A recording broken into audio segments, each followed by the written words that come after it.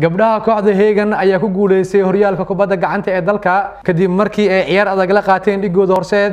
labada kooxood ayaa isaga hor yimid kulankii lugta labaad ee horyaalka kubadda gacanta ee gabdhaha waxayna soo bandhigeen ciyaar aad u xiiso badneed. gabdhaha Hegan oo kulankii lugta koowaad soo guuleystay ayaa u baahnaa ugu yaraan inay helaan barbaro ama xitaa ay guuleystaan si ay u xaqiijiyaan hanashada horyaalka kubadda gacanta ee dalka. halka gabdhaha kooxda Horseed oo kulankii lugta koowaad laga soo adkaadayna ee kulankan waajib ku ahayd inay guuleystaan si mar kale loo ciyaaro kulan saddexaad oo kala baxa. si kastaba gabdhaha Hegan iyo Horseed oo ku kulmay garoonka Wiish ee degmada Cabdicasiis ayaa soo bandhigay ciyaar aad u wanaagsaneed oo aad loogu qancay.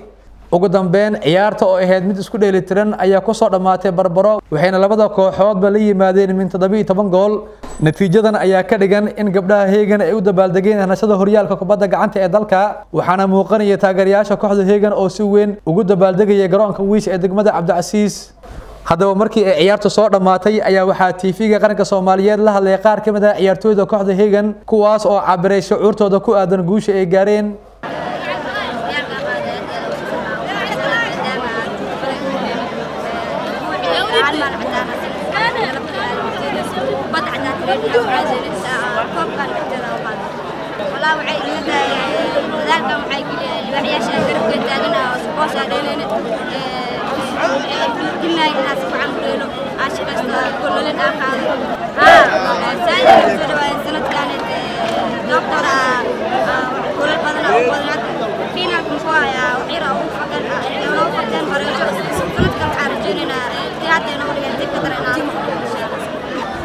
dareenkayga aad ayaan faraxsanahay maadaama meeshaan ay ka dhacay kubad aad u fiican